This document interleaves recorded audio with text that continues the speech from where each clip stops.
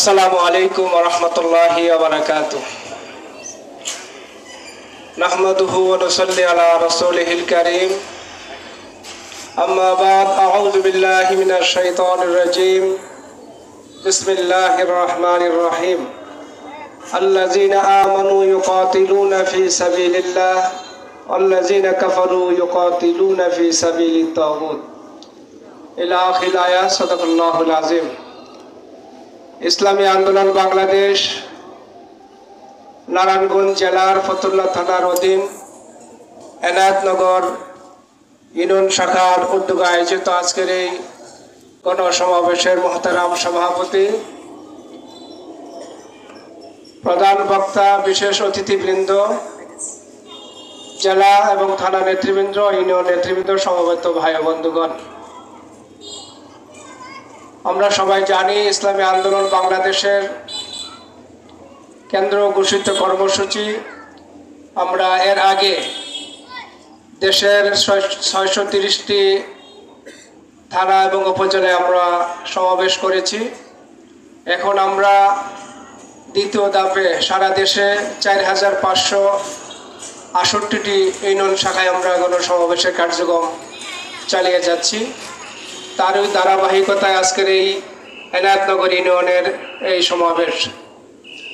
সংগ্রামী উপস্থিতি, আপনারা ইতিমধ্যেই আমাদের আজকের সমাবেশের যে প্রতিপাদ্য বিষয় আপনারা জানতে পেরেছেন। ইসলামী আন্দোলন বাংলাদেশ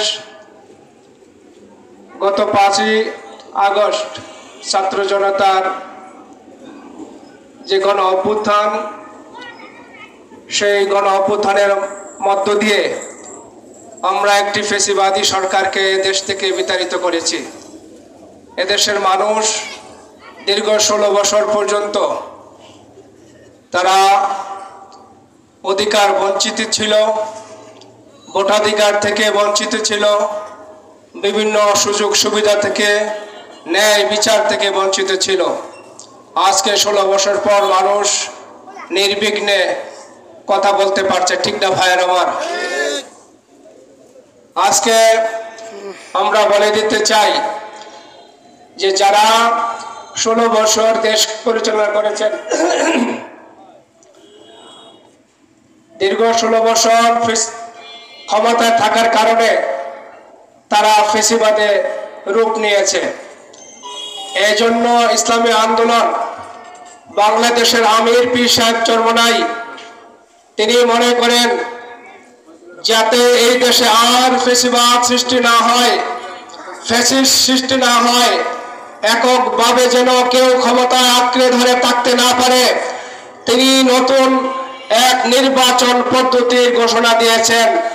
আর সেই পদ্ধতি হলো পিআর পদ্ধতি, সংখ্যানুপাতিক নির্বাচন পদ্ধতি, ঠিক না ভাইয়ের আমার? আমরা দেখেছি বিশ্বের ৯১টি দেশে এই পিআর পদ্ধতির নির্বাচন চালু আছে। পিআর পদ্ধতিতে যদি নির্বাচন হয় তাহলে এদেশের সকল ভোটারের ভোটের কি হবে, মূল্যায়ন করা হবে।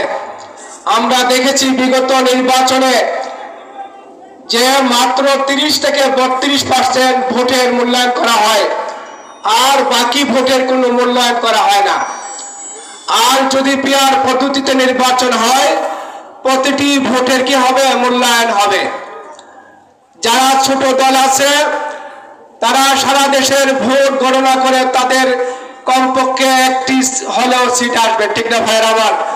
যারা ১% ভোট পাবে তাদের সংসদে ৩টি আসন কি থাকবে, বিদ্যমান থাকবে।